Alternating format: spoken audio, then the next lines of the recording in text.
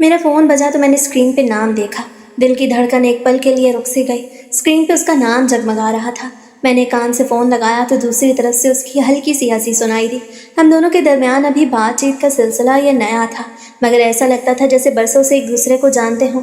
हम घंटों बातें करते रहे। वो अपनी पसंद नापसंद बताती और मैं खामोशी से सुनता रहता। मुझे उसकी आवाज़ में एक अजीब सा सुकून महसूस होता। हमने एक दूसरे के ख्यालात को समझना शुरू किया। उसे फूल पसंद थे और मुझे उसकी बातें। हम दोनों की पसंद बहुत मिलती जुलती थी। घर वालों के सामने जब ये बात आई तो एक अजीब सी झिझक का माहौल था। मैंने हिम्मत करके अपने घर वालों को बताया कि मुझे वो पसंद है। दूसरी तरफ से भी सब कुछ तय पाने लगा। एक दिन हम पहली बार आमने सामने मिले। मारिया बहुत शर्माई हुई थी, उसने नज़रें झुका रखी थीं और मैं उसे देख के बस मुस्कुराता रहा। उस दिन हमारी ज़्यादा बात न हो सकी, मगर वो मुलाकात दिल पे एक गहरा असर छोड़ गई। घर वालों की रजामंदी ने हमारे ताल्लुक को एक नया मोड़ दिया। अब हम बाकायदा एक दूसरे के होने वाले थे। फ़ोन पे हमारी लंबी लंबी बातें अब मामूल बन गई थीं। हम रातों को जाग के अपने ख्वाबों के बारे में बात करते। वो कहती कि शादी के बाद हम बहुत घूमेंगे और मैं उसे कहता कि मेरी दुनिया तो तुमसे ही शुरू होती है। कभी कभी हम छोटी छोटी बातों पे बहस भी करते। वो अपनी बात मनवाने की जिद करती और मैं प्यार से उसे मना लेता। उस नोक झोंक में भी एक अलग ही लुत्फ था। हम दोनों के दरमियान दूरी कम होने लगी थी और जज्बात शिद्दत इख्तियार करते जा रहे थे। एक दूसरे की आवाज़ सुने बगैर अब दिन गुजरना मुश्किल हो गया था। मुझे अपनी हर छोटी बड़ी परेशानी बताती और मैं उसे तसल्ली देता कि मैं तुम्हारे साथ हूँ। मंगनी की तकरीब के बाद तो जैसे सब कुछ बदल गया। सब ने हमें मुबारकबाद दी और हम एक दूसरे के करीब तर होते गए। वो तकरीब मेरे लिए ज़िंदगी का सबसे यादगार दिन बन गई थी। जब मैंने उसे पहली बार अंगूठी पहनाई तो उसका हाथ कांप रहा था। मैंने उसका हाथ थाम लिया और उसकी आंखों में देखा। मुझे उसमें अपनी पूरी ज़िंदगी नजर आई। इसके बाद हमने अपने मुस्तकबिल के लिए हज़ारों ख्वाब सजा लिए। हम एक दूसरे के लिए मुकम्मल हो चुके थे। मैं उसे देखता तो सोचता कि अल्लाह ने मुझे कितनी बड़ी नेमत अता की है। हमारी जज्बाती वाबस्तगी इतनी गहरी हो गई थी कि अब किसी और चीज़ की ख्वाहिश बाकी न रही थी। बस उसके साथ जीने का एक पक्का इरादा था। कुछ दिन बाद मैं बारिश में भीगा हुआ उस सुनसान सड़क पर खड़ा था, जहाँ सिर्फ स्ट्रीट लाइट्स की जर्द रोशनी मेरी उदासी को मज़ीद गहरा कर रही थी। मेरे हाथ में फ़ोन थरथरा रहा था। मैंने दोबारा उसे कॉल मिलाई। इस बार घंटी बजती रही और मेरा दिल ज़ोर ज़ोर से धड़क रहा था। एक लम्हे के लिए मुझे लगा शायद वो फ़ोन नहीं उठाएगी, लेकिन फिर अचानक दूसरी तरफ से क्लिक की आवाज़ आई। हेलो, मैंने कांपती हुई आवाज़ में उसे कहा तो दूसरी तरफ से खामोशी थी। सिर्फ उसके रोने की हल्की हल्की हिचकियाँ सुनाई दे रही थीं। तुम रो रही हो? मैंने पूछा और मेरा अपना गला भर आया। उसे दबी हुई आवाज़ में कहा, मैं क्या करती, मुझे समझ नहीं आ रहा था कि मैं आपके घर वालों को कैसे समझाऊं। मुझे मुसलसल ताने दे रहे हैं कि मैंने आपको बदल दिया है और ये कि मैं आपकी रिवायात को नहीं मानती। मैंने तड़प के कहा, तुम ऐसी बातें क्यों सुनती हो? जब मैंने कहा है कि मैं सब संभाल लूँगा तो फिर तुम क्यों परेशान हो रही हो? तो बोली, नहीं आप नहीं समझ सकते, मेरे वालिदैन का भी प्रेशर है। वो कह रहे हैं अगर शुरू में ही इतनी लड़ाइयाँ हैं तो आगे ज़िंदगी कैसे गुजरेगी। और मैं इस कश्मकश में हूँ कि मैं आपकी बात मानूँ या अपने माँ बाप की। मैं उस वक्त एक दीवार के साथ टेक लगा के बैठ गया। बारिश अब भी हो रही थी। मैंने उसे कहा, देखो मेरी बात सुनो, ये जो गलत फहमियाँ हैं ये सिर्फ इसलिए हैं क्योंकि हम दोनों के घर वालों के दरमियान अभी फासला है। जैसे ही हमारी शादी होगी और हम एक होंगे तो ये सब खत्म हो जाएगा। तुम बस इतना करो कि मुझे बात करने दो। मैं आज रात ही अपने अम्मी अब्बू से बात करूँगा। वो कुछ देर खामोश रही, फिर उसने आयशा से कहा, आप सच कह रहे हैं ना? आप मुझे तन्हा तो नहीं छोड़ेंगे ना? मैंने कसम खा के उसे यकीन दिलाया कि मैं तब तक चैन से नहीं बैठूंगा जब तक हम दोनों एक नहीं हो जाते। उस वक्त हमें एक दूसरे की शिद्दत से ज़रूरत थी। हम दोनों मीलों दूर थे, लेकिन फ़ोन के ज़रिए हमारी रूहें एक दूसरे के करीब थीं। वो कहने लगे, आपको पता है जब आपका नाम मेरे फ़ोन पे आता है तो मेरे दिल की धड़कन तेज़ हो जाती है, और जब आप मुझसे नाराज़ होते हैं तो मुझे लगता है कि मेरी ज़िंदगी का मकसद ही ख़त्म हो गया है। मैंने मुस्कुरा कर उसे कहा, फ़िक्र न करो, सब ठीक हो जाएगा। उसने कहा, ठीक है, मैं सब्र करूँगी, लेकिन आपको मुझसे वादा करना होगा कि आप कभी किसी के कहने पर मुझसे दूर नहीं होंगे। मैंने उसी वक्त उस अंधेरी रात पर उसे अपनी ज़िंदगी का सबसे बड़ा वादा दिया। मैंने कहा, मैं कायनात की हर ताकत से लड़ सकता हूँ, लेकिन तुम्हें अपनी ज़िंदगी से दूर नहीं होने दे सकता, चाहे हालात कितने ही संगीन क्यों ना हो जाएं। उसे एक बार फिर कहा, आप मुझे बहुत याद आ रहे हैं, काश आप अभी मेरे सामने होते। मैंने कहा, बस कुछ महीने और, फिर तुम हमेशा के लिए मेरे सामने होगी। हम तब एक दूसरे से दूर नहीं होंगे। फिर मैंने उसे प्यार से अल्लाह हाफ़िज़ कहा और फ़ोन बंद कर दिया। लेकिन मेरे दिल में जो बेचैनी थी वो अब भी बाकी थी। मुझे मालूम था कि आने वाला वक्त मज़ीद मुश्किल हो सकता है, लेकिन मैंने अपने इरादे मजबूत कर लिए थे। ना जाने कौन दोनों घरों के दरमियान गलत फहमियाँ पैदा कर रहा था, ये तो मुझे नहीं पता था, मगर मुझे ये गलत फहमियाँ हर हाल में दूर करनी थी। अगले दिन मैंने हिम्मत जमा की और सीधा अपने अब्बू के कमरे में चला गया। वो अखबार पढ़ रहे थे। میں نے ان کے سامنے جا کے بیٹھ گیا اور کہا ابو مجھے آپ سے کچھ ضروری بات کرنی ہے۔ انہوں نے اخبار نیچے رکھا اور میری طرف دیکھا۔ میں نے ایک ہی سانس میں کہہ دیا کہ میں شادی کرنا چاہتا ہوں اور ہمیں کسی بھی طرح کی غلط فہمیوں کی وجہ سے دور نہیں ہونا۔ ابو نے ایک گہری سانس لی اور بولے بیٹا تم ابھی اپنی زندگی کے اہم فیصلے کرنے کی عمر میں نہیں ہو، کیا تمہیں لگتا ہے کہ یہ رشتہ نبھانے کے لیے تم تیار ہو؟ میں نے جواب دیا جی ابو میں تیار ہوں اور مجھے اس پہ پورا بھروسہ ہے۔ ابا سمجھ رہے تھے کہ ابھی میں شادی کے لیے تیار نہیں، مگر وہ نہیں سمجھتے تھے کہ میں تو بےتاب ہو رہا ہوں۔ شام کو ماریا کی سہیلی نے مجھے میسج کیا کہ وہ کل سے کچھ کھا پی نہیں رہی اور گھر میں کسی سے بات نہیں کر رہی۔ میں یہ سن کے طرف اٹھا، میں نے فوراً اسے کال ملائی، اس نے فون اٹھایا لیکن آواز میں وہ چمک نہیں تھی۔ میں نے پوچھا کیا ہوا ہے تمہیں؟ وہ بولی کچھ نہیں بس دل نہیں کر رہا۔ میں نے کہا دیکھو تم نے وعدہ کیا تھا کہ ہم ساتھ دیں گے، تو اب یہ ہمت ہارنے کا وقت نہیں ہے۔ اس نے روتے ہوئے کہا مجھے لگ رہا ہے کہ ہم غلط کر رہے ہیں، شاید ہم دونوں کا ملنا ہی نہیں لکھا۔ میں نے کہا یہ کیسی باتیں کر رہی ہو، کیا تمہیں مجھ پہ بھروسہ نہیں ہے؟ اس نے کہا بھروسہ تو کرتی ہوں، لیکن گھر والے کہہ رہے ہیں کہ یہ لڑکا تو خود اپنے گھر والوں کے سامنے کمزور پڑ جاتا ہے، وہ تمہارا دفاع نہیں کر سکتا۔ میں نے اسے کہا تم انہیں بتا دو کہ میں کمزور نہیں ہوں، میں صرف بدتمیزی نہیں کرنا چاہتا، تم بس 1 مہینہ صبر کر لو، جیسے ہی ہماری شادی ہوگی ہم اپنی الگ دنیا میں رہیں گے۔ اس نے ایک لمبی سانس لی اور کہا آپ سچ کہہ رہے ہیں نا، آپ سچ میں میرا ساتھ دیں گے؟ میں نے کہا میں مر سکتا ہوں لیکن تنہا نہیں چھوڑ سکتا تمہیں۔ پھر اس نے کہا مجھے بہت ڈر لگ رہا ہے، شادی کی بات ہو رہی ہے لیکن ہر چیز میں رکاوٹ آ رہی ہے۔ میں نے اسے پیار سے سمجھایا دیکھو یہ دنیا ایسی ہی ہے، یہ ہمیں لڑانے کی کوشش کرے گی لیکن ہمیں جیتنا ہے۔ میں نے اس دن اسے اپنی زندگی کے بارے میں وہ باتیں بتائیں جو میں نے کسی سے نہیں کہی تھیں۔ اس دن کے بعد سے ہم نے تہیہ کر لیا کہ گھر والوں کی باتیں ایک کان سے سنیں گے اور دوسرے سے نکال دیں گے۔ ہم نے اپنی ایک الگ دنیا فون پہ بسانا شروع کر دی۔ ہم نے شادی کے بعد کی منصوبہ بندی کی کہ ہم کہاں کہاں جائیں گے۔ ہم نے اپنے چھوٹے چھوٹے سے خوابوں کو حقیقت کا روپ دینے کے وعدے کیے۔ میں نے اسے کہا تم بس تیار رہنا، جیسے ہی نکاح ہوگا میں تمہیں اس دنیا کی ہر خوشی دوں گا۔ وہ ہنس کے بولی پہلے نکاح تو ہونے دیں۔ میں نے کہا نکاح کیا، پوری دنیا کو پتہ ہے کہ تم صرف میری ہو۔ اس وقت ہمارا رشتہ کسی بھی غلط فہمی سے پاک ہو چکا تھا۔ ہم نے اپنی ساری مشکلات کو پس پش ڈال دیا، اب صرف ہمیں اپنی شادی کا انتظار تھا۔ وہ دن گزرنے لگے اور پھر ہم دونوں کی محبت میں شدت آتی گئی۔ اب ہمیں کسی کی پرواہ نہیں تھی، بس ایک دوسرے کا ساتھ ہی کافی تھا۔ میں نے اسے فون پہ کہا کہ اب ہمیں شادی کی شاپنگ شروع کرنی چاہیے کیونکہ میرے گھر والوں کو کوئی اعتراض نہیں تھا۔ اگلے دن میں نے اپنے سسر سے اجازت لی اور ماریا کو لے کے سب سے بڑی مارکیٹ پہنچ گیا۔ وہاں بہت رش تھا۔ وہ ایک دکان پہ رک گئی اور ایک جوڑا دیکھ کے کہنے لگی یہ کیسا ہے، یہ تو تمہاری پرسنالٹی سے میچ نہیں کر رہا۔ وہ ضد کرنے لگی نہیں مجھے یہی لینا ہے۔ میں نے اس کا ہاتھ تھاما اور کہا دیکھو میری بات مانو، تم اس ہرے رنگ میں بہت پیاری لگو گی۔ میں نے اسے ایک دوسرا جوڑا دکھایا۔ ہم نے کافی دیر بحث کی اور آخر میں دکاندار نے ہنس کے کہا آپ دونوں کی جوڑی بہت اچھی ہے۔ یہ سن کے وہ شرما گئی اور اس نے میری طرف دیکھ کے مسکرا دیا۔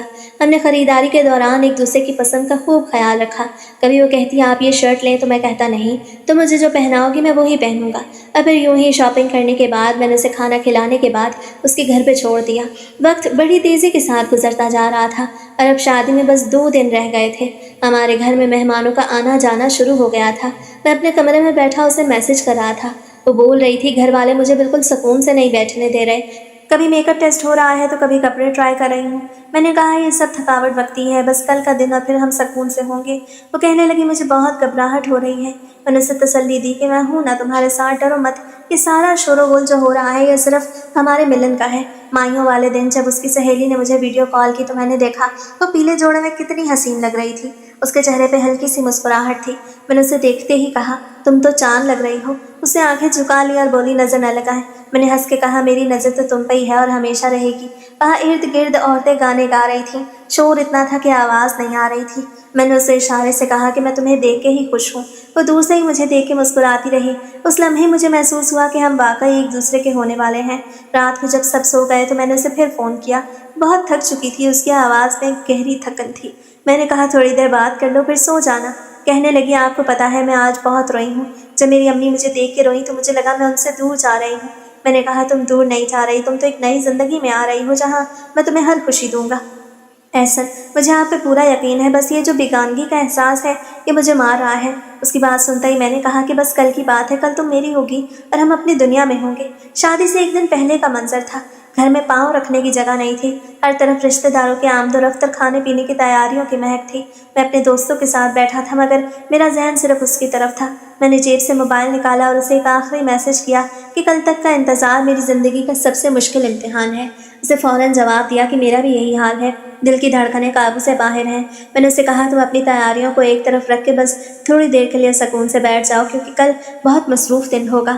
وہ ہنس کے بولی سکون تو اب شادی کے بعد ہی ملے گا، جب ہم دور کہیں ہوں گے۔ یہ سن کے میرے اندر ایک عجیب سی لہر دوڑ گئی۔ اگلی صبح سے ہی گھر میں گہما گہمی مچ گئی، ڈھول کی آوازیں بلند ہوئی اور مہمانوں کا ہجوم بڑھ گیا۔ میں اپنے کمرے میں تھا اور بار بار آئینے میں خود کو دیکھ رہا تھا کہ کہیں کوئی کمی تو نہیں رہ گئی۔ پھر میں نے ایک بار پھر اسے کال میں لائی۔ اس کی آواز بہت مدھم تھی، جیسے وہ خود کو سنبھال رہی ہو۔ میں نے کہا بس چند گھنٹے، اور وہ بولی مجھے بہت ڈر لگ رہا ہے، پتہ نہیں کیا ہوگا۔ میں نے اسے کہا کچھ نہیں ہوگا، بس ہم ایک ہوں گے۔ اس نے گہری سانس لی اور بولی ٹھیک ہے، میں تیار ہوں۔ ماریا، یہ میری زندگی کا سب سے بہترین دن ہے۔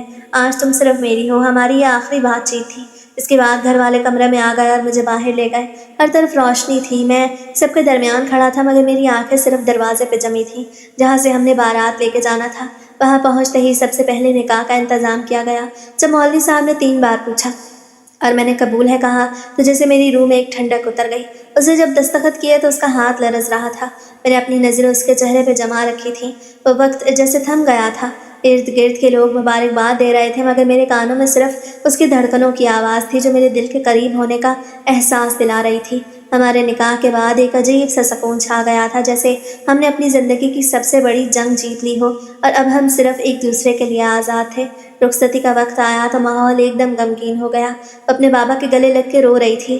میں دور کھڑا اسے دیکھ رہا تھا اور میرا دل بھی اس کے کرب کو محسوس کر رہا تھا۔ اسے اپنی ماں اور باپ سے جدا ہوتے دیکھنا کسی قیامت سے کم نہیں تھا۔ جب وہ گاڑی میں بیٹھی اور گاڑی چلنے لگی تو میں نے اسے گاڑی کے شیشے سے دیکھا۔ اس کے آنسو اس کے میک اپ کو خراب کر رہے تھے، مگر وہ تب بھی حسین لگ رہی تھی۔ میں نے دل ہی دل میں کہا بس تھوڑی دیر کا صبر ہے، پھر تمہیں کوئی مجھ سے جدا نہیں کر سکے گا۔ رخصتی کا وہ سفر بہت طویل محسوس ہو رہا تھا، ہر سیکنڈ جیسے گھنٹوں پہ محیط تھا۔ جب وہ میرے گھر پہنچی تو سب نے بڑے اچھے سے اس کا استقبال کیا۔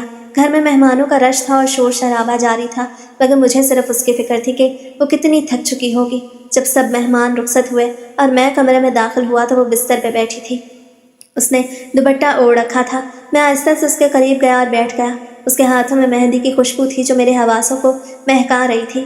میں نے آہستہ سے اس کا گھونگھٹ اٹھایا تو اس نے اپنی آنکھیں بند کر لیں۔ اس کے چہرے پہ ایک عجیب سی گھبراہٹ تھی۔ وہ ابھی تک اس اجنبیت کو محسوس کر رہی تھی جو شادی کی پہلی رات ہر لڑکی کے ساتھ ہوتی ہے۔ میں نے اس کا ہاتھ اپنے ہاتھ میں لیا تو وہ ایک دم کانپ اٹھی۔ میں نے اس سے پیار سے کہا ماریا ڈرو مت، تم اب اپنے گھر میں ہو اور میں تمہارے ساتھ ہوں۔ وہ آہستہ سے بولی مجھے ابھی تک یقین نہیں آ رہا کہ ہم واقعی ایک ہو گئے ہیں۔ میں نے ہنس کے کہا یہ سچ ہے اور میں اسے ہمیشہ سچ ثابت کروں گا۔ ہم کافی دیر تک خاموشی سے بیٹھے رہے۔ میں اسے دیکھ رہا تھا، وہ زمین کو گھور رہی تھی۔ میں نے اسے کہا تم نے تو وعدہ کیا تھا کہ ہم شادی کے بعد اپنی پسند کی جگہ پہ جائیں گے۔ وہ بولی ابھی تو شادی ہوئی ہے، میں بہت تھکی ہوئی ہوں۔ میں نے کہا میں جانتا ہوں تم تھکی ہو، لیکن کیا ہم ابھی اس تنہائی میں کچھ دیر سکون نہیں ڈھونڈ سکتے؟ میں نے اس کے کان میں سرگوشی کی کہ تم تیار ہو تو ہم ابھی ساحل سمندر پہ چلتے ہیں۔ وہ ایک دم چونک گئی اور بولی پاگل ہو گئے ہیں کیا آپ؟ سب گھر والے سو گئے ہیں۔ میں نے کہا یہی تو موقع ہے کہ ہم دنیا سے دور کہیں تنہا ہو جائیں جہاں صرف تم ہو اور میں ہوں۔ وہ پریشان ہو کے بولی نہیں یہ ٹھیک نہیں، کوئی دیکھ لے گا تو کیا کہے گا؟ میں نے کہا ہم چھپ کے نکلیں گے اور کوئی ہمیں نہیں دیکھے گا۔ وہ اب بھی ڈر رہی تھی، مگر میں نے اسے منانے کے لیے وہ ساری باتیں کی جو ہم نے پچھلے مہینوں میں کی تھی۔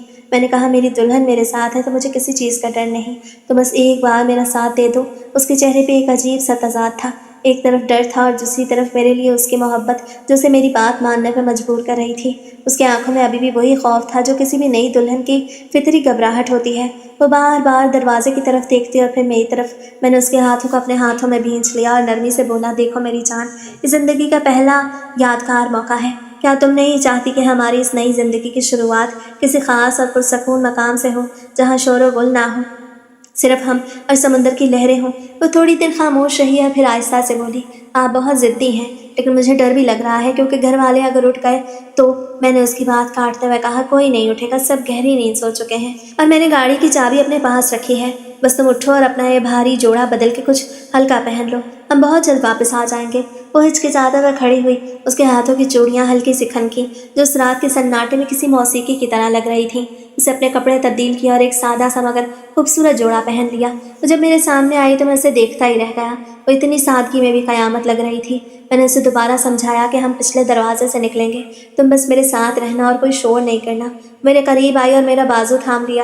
اس کی گرفت میں ایک عجیب سی تڑپ تھی۔ اسے کانپتی ہوئی آواز میں کہا آپ کو بھروسہ ہے نا کہ ہم محفوظ رہیں گے؟ میں نے اس کی پیشانی پہ بوسہ دیا اور کہا تم سب کچھ مجھ پہ چھوڑ دو، उस लम्हे मुझे महसूस हुआ कि वो मुकम्मल तौर पे मुझ पे इन्हिसार कर रही है और यही वो लम्हा था जिसने मेरे इरादे को मज़ीद मजबूत कर दिया। हमने कमरे की लाइट्स बंद की और दबे पांव बाहर निकले। घर का कॉरिडोर बिल्कुल खामोश था, जैसे हर चीज़ हमारी हरकत से वाकिफ़ हो। हमने बड़ी एहतियात से कदम रखे ताकि किसी की जागने की आवाज़ ना आए। मैंने उसे गाड़ी में बिठाया और ख़ुद ड्राइविंग सीट संभाली। जब मैंने गाड़ी स्टार्ट की तो उसकी धड़कनें तेज़ हो गईं। मैंने उसका हाथ पकड़ के गाड़ी चलानी शुरू की तो उसे कुछ तसल्ली हुई। सड़कें बिल्कुल सुनसान थीं और ठंडी हवा खिड़कियों से अंदर आ रही थी। उसे गाड़ी के शीशे से बाहर अंधेरे को देखा और फिर मेरी तरफ मुड़ के कहा, मुझे अभी भी यकीन नहीं आ रहा कि हम घर से बाहर निकल आए हैं। मैंने मुस्कुरा के कहा, अब तो वापसी का रास्ता भी नहीं है, हम सिर्फ आगे जाएंगे जहाँ हमारी खुशियाँ हमारा इंतज़ार कर रही हैं। रास्ते भर वो मेरी तरफ देखती रही और मैं सड़क पे अपनी नज़रें जमाए गाड़ी चलाता रहा। हम दोनों के दरमियान अब वो हिजाब नहीं था जो शादी से पहले की मुलाकातों में होता था। अब हम एक थे और ये सफ़र हमारे रिश्ते की पहली शुरुआत था। मैंने गाड़ी की रफ्तार थोड़ी तेज़ कर दी क्योंकि मेरी बेताबी अब बर्दाश्त नहीं हो रही थी। मैं उसे समुद्र की लहरों के पास ले जाने के लिए बेचैन था। गाड़ी के टायर जब साहिल की रेत पर मट्टी से मिलकर थोड़ी सी आवाज़ करने लगे तो मैंने इंजन बंद कर दिया। चारों तरफ एक गहरा सन्नाटा था और दूर समुद्र की लहरें एक रिदम के साथ साहिल से टकरा के वापस जा रही थी। मैंने गाड़ी का दरवाज़ा खोला तो समुद्र की ठंडी हवा हमारे इस्तकबाल के लिए मौजूद थी। वो भी मेरे साथ बाहर निकली और अपने दुपट्टे को दुरुस्त करते हुए सहम के मेरे करीब आ गई। उसकी आंखों में खौफ का एक अजीब सा इम्तजाज था। हमने गाड़ी से कुछ दूर चलना शुरू किया।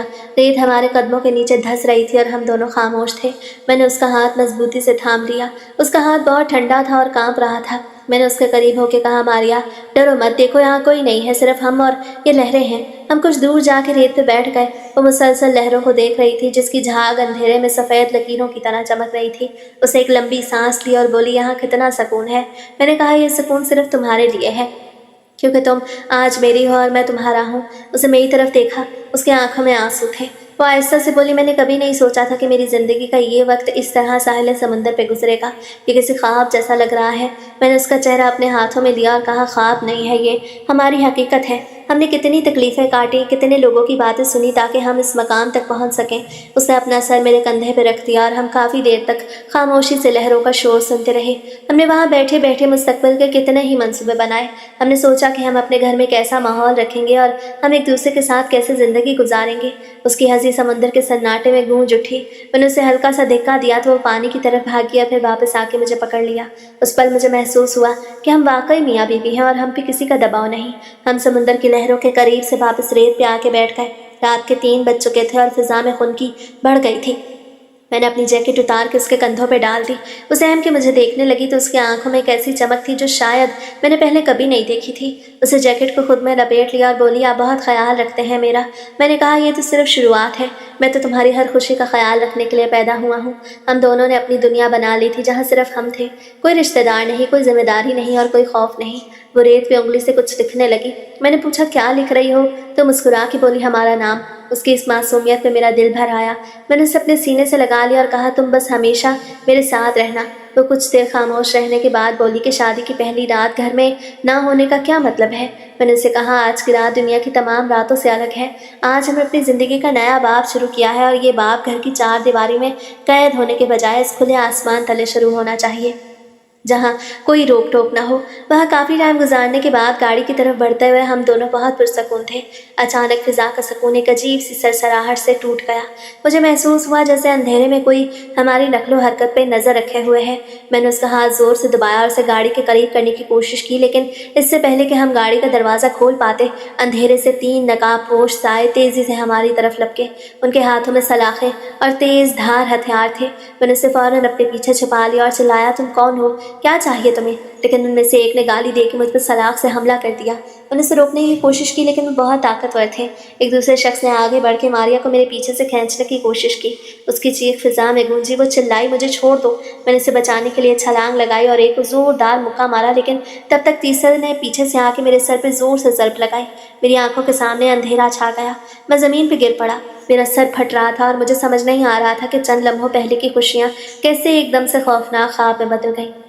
میں نے ہمت کر کے اٹھنے کی کوشش کی لیکن ایک ڈاکو نے میرے سینے پر پیر رکھ کے مجھے دوبارہ زمین پہ دے مارا۔ میں نے اپنے ہاتھ ریت میں دھسا دیا اور درد سے کراہنے لگا۔ میری نظریں صرف اس پہ جمی تھیں جو زور زور سے رو رہی تھی اور مدد کے لیے پکار رہی تھی۔ ڈاکوؤں میں سے ایک اصیلی آواز میں بولا، چپ ہو جاؤ ورنہ گولی مار دوں گا۔ میں نے اسے للکارا، خبردار، جسے ہاتھ بھی لگایا لیکن انہوں نے میری ایک نہ سنی۔ ایک نے اسے بالوں سے پکڑ کے کھینچا اور دوسری طرف لے جانے لگا۔ وہ میرے نام کی دہائی دے رہی تھی۔ اس کی آواز میں جو کرب تھا اس نے میرے کلیجے کو چیر دیا۔ میں نے دوبارہ اٹھنے کی کوشش کی لیکن انہوں نے میرے پیروں پہ وار کیا اور میں بے بسی سے دوبارہ گر گیا۔ میں تڑپ رہا تھا لیکن میری حالت ایسی نہیں تھی کہ میں ان کا مقابلہ کر سکوں۔ وہ لوگ اسے زبردستی اپنی گاڑی کے پاس لے گئے اور اس کا دروازہ کھول کے اسے اندر پھینک دیا۔ اس کی چیخیں اب بھی میرے کانوں میں گونج رہی تھیں۔ میں زمین پہ رینگتا ہوا ان کی طرف بڑھنے کی کوشش کر رہا تھا لیکن میرا جسم میرا ساتھ نہیں دے رہا تھا۔ انہوں نے گاڑی سٹارٹ کی اور میں دیکھتا رہ گیا کہ وہ لوگ میری دلہن کو مجھ سے چھین کے لے جا رہے تھے۔ میری دنیا میرے سامنے لٹ رہی تھی اور میں کچھ نہیں کر پا رہا تھا۔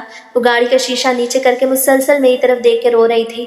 میں نے اٹھ کے ایک بار پھر چیخ ماری، مت لے جاؤ اسے، واپس آ جاؤ، لیکن ان کی گاڑی کا انجن شور مچاتا ہوا اندھیرے میں غائب ہو گیا۔ میں اکیلا اس ویران ساحل پہ پڑا تھا جہاں صرف لہروں کا شور تھا جو مجھے طنزیہ ہنسی کی طرح سنائی دے رہا تھا۔ میں نے اپنے سر کو دونوں ہاتھوں میں جکڑ لیا اور پاگلوں کی طرح چلانے لگا۔ میں ریت پہ اوندھے منہ گرا پڑا تھا۔ میرے جسم کا ہر حصہ درد سے چیخ رہا تھا لیکن میرے دل کا درد اس جسمانی اذیت سے کئی گنا زیادہ تھا۔ میں نے اٹھنے کے لیے اپنے ہاتھ زمین پہ ٹکائے اور اٹھنے کی کوشش کی۔ میرا سر چکرا رہا تھا اور ریت پہ لگے ہوئے خون کے دھبے میری شکست کی گواہی دے رہے تھے۔ میں نے لڑکھڑاتے ہوئے اپنی گاڑی کی طرف قدم بڑھائے۔ میں نے سوچا کیا میں گھر جاؤں یا پولیس کو بلاؤں، لیکن تبھی میرے ذہن میں خیال آیا اگر گھر والے جان گئے تو کیا ہوگا۔ میں نے ساحل سے باہر نکلنے کے لیے پیدل چلنا شروع کر دیا۔ میرا پورا وجود کانپ رہا تھا۔ میں نے اپنے کپڑوں کو جھاڑا لیکن خون کے دھبے صاف نہیں ہو رہے تھے۔ میں نے سوچا میں کیا کروں گا جب وہ مجھ سے پوچھیں گے۔ میں نے فیصلہ کر لیا تھا کہ میں سچ نہیں بولوں گا کیونکہ سچ بولنے سے وہ عزت بھی چلی جائے گی جو خاندان کی ہے۔ اور آخر کار میں گھر پہنچ گیا، وہ بھی اس کے بغیر۔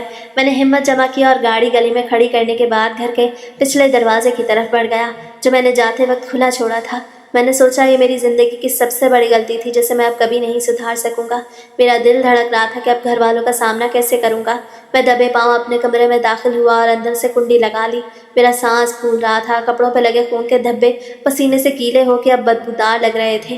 میں نے جلدی سے اپنے وہ کپڑے اتار کے الماری کے سب سے نچلے خانے میں چھپا دیے اور باتھ روم میں جا کے ٹھنڈے پانی سے اپنا چہرہ دھونے لگا۔ آئینے میں اپنا حلیہ دیکھا تو میں خود سے ڈر گیا۔ میری آنکھیں سرخ تھیں اور سر پہ چوٹ کا نشان اب نمایاں ہو رہا تھا۔ میں نے بالوں کو الجھا کے چوٹ چھپانے کی کوشش کی اور بستر پہ لیٹ گیا۔ میرا پورا جسم درد کی شدت سے ہل رہا تھا لیکن اس سے زیادہ مجھے اس لمحے کا ڈر تھا جب دروازہ کھلے گا اور مجھ سے اس کے بارے میں پوچھا جائے گا۔ میں نے تکیے کو زور سے بھینچ لیا اور سوچا کہ اب میں کیا کروں گا، میں کیسے بتاؤں گا کہ میں اسے بچا نہیں سکا۔ صبح سورج کی روشنی کھڑکی سے چھن کے میرے کمرے میں آ رہی تھی اور باہر پرندوں کی چہچہاہٹ میرے کانوں میں کانٹوں کی طرح چبھ رہی تھی۔ اچانک کوریڈور سے قدموں کی آہٹ سنائی دی۔ میں نے فوراً آنکھیں بند کر لیں جیسے میں گہری نیند سو رہا ہوں۔ باہر سے میری ماں کی آواز آئی، بیٹا اٹھ جاؤ، ناشتہ تیار ہے اور تمہارے سسرال والے بھی ناشتہ لے کے آئے ہیں۔ میں نے کوئی جواب نہیں دیا۔ وہ دوبارہ بولی، ارے ذرا دیکھو تو صحیح کہ ماریا اٹھی ہے یا نہیں۔ میں نے جب سنا کہ وہ لوگ آ گئے ہیں تو میرے پیٹ میں مڑوڑ اٹھنے لگے۔ میرا معدہ خالی تھا لیکن گھبراہٹ سے مجھے الٹی محسوس ہو رہی تھی۔ میں نے اٹھ کے بیٹھنے کی کوشش کی لیکن میرا سر ایک بار پھر چکرا گیا۔ میں نے گہرا سانس لیا اور اٹھ کے دروازے کی طرف بڑھا۔ دروازہ کھولا تو سامنے میری ماں اور سسرال والے کھڑے تھے۔ ان کے ہاتھوں میں ناشتے کی ٹرے تھی اور ان کے چہروں پہ ایک مسکراہٹ جو میری آنکھوں میں چھری کی طرح لگی۔ میری ساس نے کہا، ارے بیٹا آپ تو ابھی تک سو رہے ہیں اور ہماری بیٹی کہاں ہے؟ میں نے اپنی زبان پہ تالا لگا لیا اور بس ایک بے بسی والی مسکراہٹ دینے کی کوشش کی۔ میری ماں نے میری حالت دیکھی تو پریشان ہو کے پوچھا، بیٹا تمہارا رنگ کیوں زرد پڑا ہے اور یہ سر پہ کیسا نشان ہے؟ کیا طبیعت ٹھیک ہے؟ میں نے جلدی سے کہا، کچھ نہیں امی، بس رات کو نیند نہیں آئی، سر میں تھوڑا درد ہے، باقی سب ٹھیک ہے۔ میں نے ٹرے پکڑی اور واپس کمرے میں آ گیا لیکن وہ لوگ میرے پیچھے ہی تھے۔ میری ساس نے کمرے کے چاروں طرف دیکھا اور پوچھا، ماریا باتھ روم میں ہے کیا؟ میں نے خشک گلے سے کہا، جی، وہ بس ابھی آتی ہوگی۔ میں نے انہیں صوفے پہ بٹھانے کی کوشش کی لیکن ان کی نظریں بستر کی طرف تھیں جہاں وہ موجود نہیں تھی۔ میری ساس کا لہجہ تھوڑا بدل گیا اور وہ بولی، یہ کیسی بات ہے؟ شادی کی پہلی صبح ہے اور وہ یہاں نہیں ہے۔ میں نے کہا، تھوڑا آرام کریں، میں اسے ابھی بلا کے لاتا ہوں، لیکن جیسے ہی میں دروازے کی طرف مڑا میرے ہاتھ پیر کانپنے لگے۔ क्योंकि मुझे मालूम था कि इसके बाद क्या होने वाला है। मेरी सास अब खड़ी हो चुकी थी और कमरे के कोने कोने में झांक रही थी। उसकी आवाज़ में तशवीश बढ़ रही थी। वो बोली, ये कैसी खामोशी है, दरवाज़ा तो अंदर से बंद था और आप भी अभी अभी उठे हैं, तो वो कहाँ गई? मैंने पसीने में शराबूर होकर अपनी पेशानी साफ की तो मेरी माँ ने मेरी तरफ एक शक भरी नज़र से देखा और बोली, बेटा तुम कुछ छुपा रहे हो, तुम्हारा हुलिया बता रहा है कि कोई बात ज़रूर है। मैंने कहा, नहीं अम्मी, आप बिला वजह परेशान हो रही हैं, वो बस थोड़ी देर में आ जाएगी। मेरी सास का सबर अब जवाब दे रहा था। वो ऊंची आवाज़ में बोली, मैं अपनी बेटी को देखना चाहती हूँ, वो कहाँ है? और ये घर का माहौल ऐसा क्यों लग रहा है जैसे कुछ बुरा हुआ है? मैंने अब हिम्मत हार दी, मेरा सर फटने के करीब था। कमरे में मौजूद हर बंदा मेरे जवाब का मुंतज़िर था। मैंने एक कदम पीछे हटा और दोनों हाथ हवा में उठा दिए। मेरे हलक से एक अजीब सी कराह निकली। मैंने सोचा, अब अगर सच बोला तो इनका दिल टूट जाएगा, लेकिन अगर खामोश रहा तो ये मुझे मार डालेंगे। मेरी सास ने मुझे मेरे कंधे से पकड़ के हिलाया और चिल्लाई, बताओ मेरी बेटी कहाँ है? मैंने अपनी आंखें बंद की और पूरी दुनिया की कायनात को इकट्ठा करके वो झूठ बोल दिया जो मेरी ज़िंदगी का स्याह तरीन लम्हा बन गया। मैं चीख पड़ा, वो भाग गई है। कमरे में एकदम से कब्रिस्तान जैसी खामोशी छा गई। मेरी माँ के हाथ से पानी का गिलास गिर के टूट गया। मेरी सास के चेहरे का रंग एक लम्हे में सफ़ेद पड़ गया।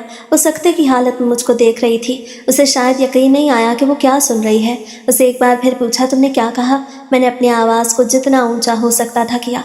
मैंने कहा, वो भाग गई है, मुझे नहीं मालूम वो कहाँ गई है। मैं उसे रोक नहीं सका। वो दरवाज़ा खोल के खुद चली गई। ये कहते ही मेरा सारा जिस्म कांपने लगा। मैं जानता था कि ये वो आग है जो अब सब कुछ जला के राख कर देगी। मैंने ज़मीन पर बैठ के अपना सर अपने हाथों में पकड़ लिया। कमरे में अब शोर व गुल शुरू हो चुका था। ससुराल वाले पागलों की तरह चीख रहे थे। मेरी सास ज़मीन पे गिर के रोने लगी। मेरी माँ ने मुझे झंझोड़ना शुरू किया कि ये क्या कह रहे हो तुम उसे नहीं रोक सके, वो एक दुल्हन है, वो कैसे जा सकती है? मैंने कोई जवाब नहीं दिया। मैं बस रो रहा था और वो आंसू मेरे उस झूठ के गुनाह को धोने के लिए काफ़ी नहीं थे। मुझे महसूस हो रहा था कि दीवारें मुझ पर गिर रही हैं और वो लोग जो कुछ देर पहले नाश्ता लेके आए थे अब मेरी तरफ ऐसे देख रहे थे जैसे मैंने उनकी बेटी का खून किया हो। वो घर जिसमें शादी की खुशियाँ होनी चाहिए थी वह अब मातम बरपा था और मैं उस सारे तूफान का मरकज़ था। कमरे में जैसे क़यामत टूट पड़ी। मेरी सास चीखें मार रही थी और मेरी माँ के हाथ कांप रहे थे। मेरी सास ने मेरे गिरेबान को पकड़ कर झंझोड़ना शुरू किया और चिल्लाई, तुम झूठ बोल रहे हो, ऐसे कैसे भाग सकती है? तुमने उसके साथ क्या किया है? मेरी माँ रोते हुए कहने लगी, बेटा सच सच बता दो, आखिर बात क्या है? मैंने सोफे पर सर गिरा दिया और पथराई हुई आंखों से खाली दीवार को देखने लगा। मेरे मुँह से सिर्फ यही निकला, मुझे कुछ नहीं मालूम, वो खुद गई है। मेरा ये झूठ इस आग को मज़ीद हवा दे रहा था जिसमें हम सब जल रहे थे। कमरे में मौजूद हर बंदा मेरे ऊपर बरस रहा था। कोई मुझे झूठा कह रहा था तो कोई उसे भिगोड़ी करार दे रहा था, लेकिन किसी को भी इस बात पर यकीन नहीं आ रहा था कि एक दुल्हन रुखसती के दूसरे दिन ही यूं ही गायब हो सकती है। पूरा घर अब एक मैदान जंग बन चुका था। ससुराल वाले किसी को फ़ोन पर फ़ोन कर रहे थे और पूरे इलाके में खबर फैल गई थी कि नई दुल्हन भाग गई है। मेरे कानों में वो जुमला बार बार गूंज रहा था जो मैंने बोला था। हर बार मुझे अपनी रूह पे कारी ज़र्ब लगती महसूस हो रही थी। घर का हर फर्द, हर रिश्तेदार वहाँ मौजूद था और सबकी नज़रें मुझ पे ऐसे जमी थीं जैसे मैंने कोई जुर्म किया हो।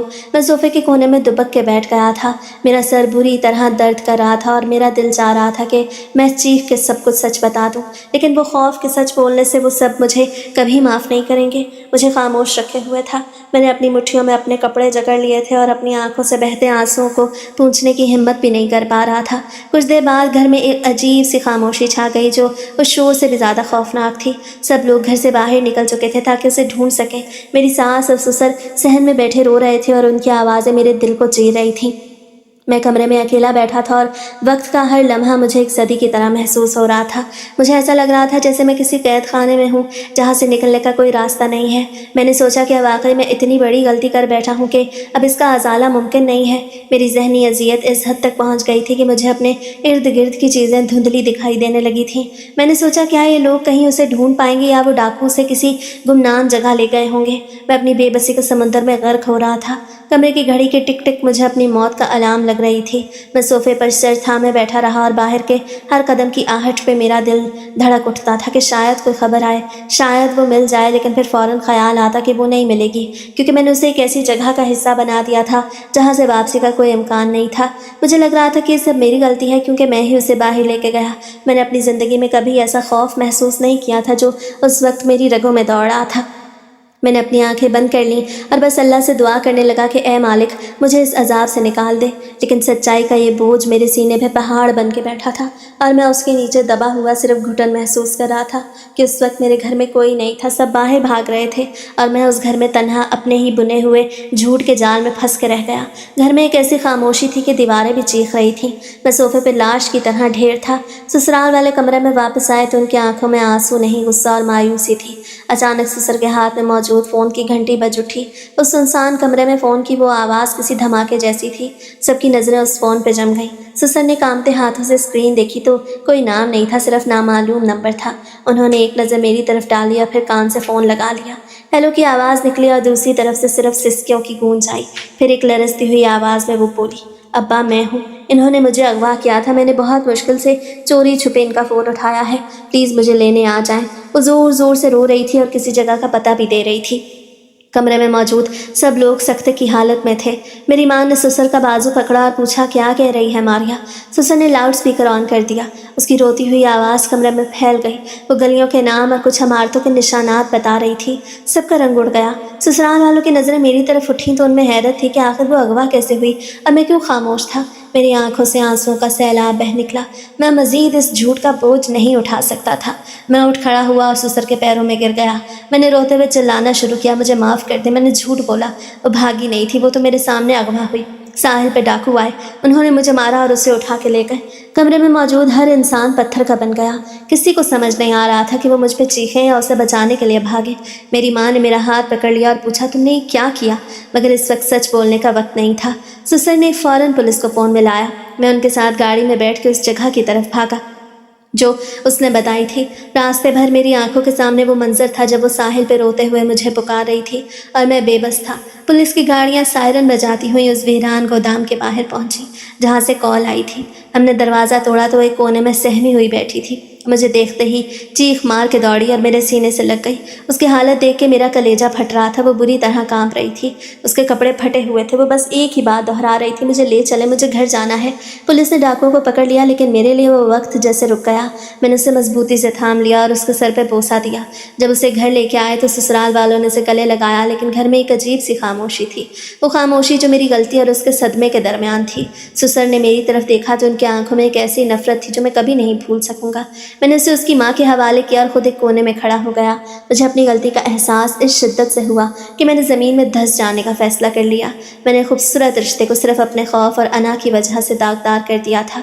मैंने उसे देखा जो अपनी माँ के कंधे पर सर रखे रो रही थी। उसकी ज़िंदगी बर्बाद होते होते बची, लेकिन मेरी ज़िंदगी के इस गुनाह का दाग अब कभी नहीं मिटेगा। मैंने उसे दूर से देखा और बस अल्लाह से एक ही दुआ की कि मुझे कभी माफ़ न करे, क्योंकि उस रात साहिल की रेत पे मैंने ना सिर्फ उसे खोया था बल्कि अपना वजूद भी खो दिया। उसके माँ बाप उसे अपने साथ घर ले जाना चाहते थे क्योंकि मेरे झूठ से उन्हें मुझ पे भरोसा नहीं रहा था। लेकिन जब उसने मेरे साथ रहने की बात की तो मेरा दिल फटने को आ गया। उसने मुझे माफ़ कर दिया क्योंकि वो मुझसे मोहब्बत करती थी और जानती थी कि मैं डर के मारे ये सब कुछ कर चुका। आज इस वाक़े को इतने साल बीत गए। हमारे 2 बच्चे हैं लेकिन वो वाक़या मुझे आज तक नहीं भूलता और ना ही ज़िंदगी भर भूलेगा।